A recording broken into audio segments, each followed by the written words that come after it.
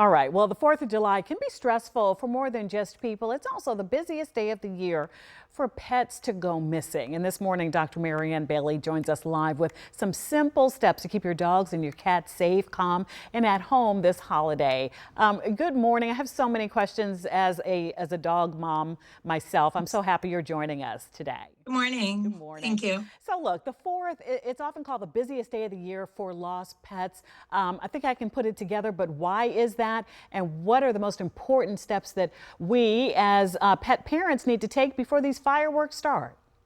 It is the busiest day that we see pets go missing. And the reason is one, people are taking their pets with them. So they're taking them on vacation at a barbecues or out on a boat. But then, and we're talking mostly about dogs. And dogs with the fireworks, they get scared. And so if you're outside or you're having a barbecue and then fireworks just go off randomly, maybe not even timed ones put on by a city, the dogs are scared. And their first instinct in those situations is to run. And if they're inside, then they're going to run, hopefully under a bed or in a shower. But if they are able to escape and they see a door open or they're in a yard, they're going to look for the fastest way out. And so that's going to be the biggest reason why we see dogs go missing on the 4th of July is because things are unpredictable, they're scared, and they try to run. Look, I've tried everything. I've tried those little secure vest, little gummies that supposedly calm them down, but nothing really works for my little lady. So what would you advise that we can do right now to keep them calm? Maybe I did it too late. Maybe I did it on the day of the 4th instead of easing them up to it. But at what point also should we talk to our vets about anxiety, real medication? So I think talk to them now because the 4th of July is Saturday. So we don't have a lot of time. And depending on your veterinarian, there's a chance maybe they're closed on Friday or they have limited hours Friday.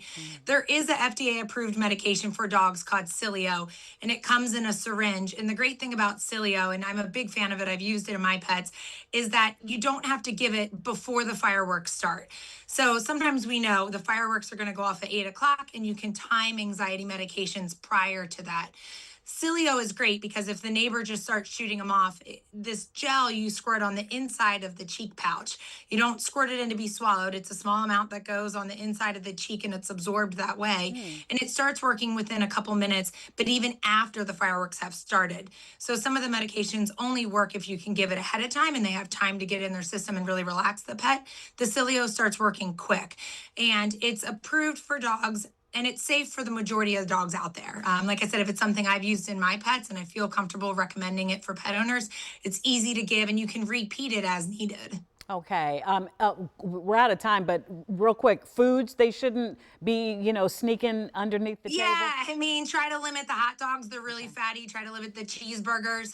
Corn on the cob is the worst. If a dog ingests a corn cob, especially the whole cob, they get lodged in the intestines and then it's an emergency surgery to remove it. So Wow. corn cob's the most dangerous. Fatty foods are going to make them feel the worst. Okay, Dr. Baylor, where's your practice quickly? I have one in Annapolis called Western Shore Veterinary Hospital and then Queenstown Veterinary Hospital on the Eastern Shore. Okay, thanks so much for joining us. Happy Yeah, 4th. thanks. Sorry about the screen. No, it's okay.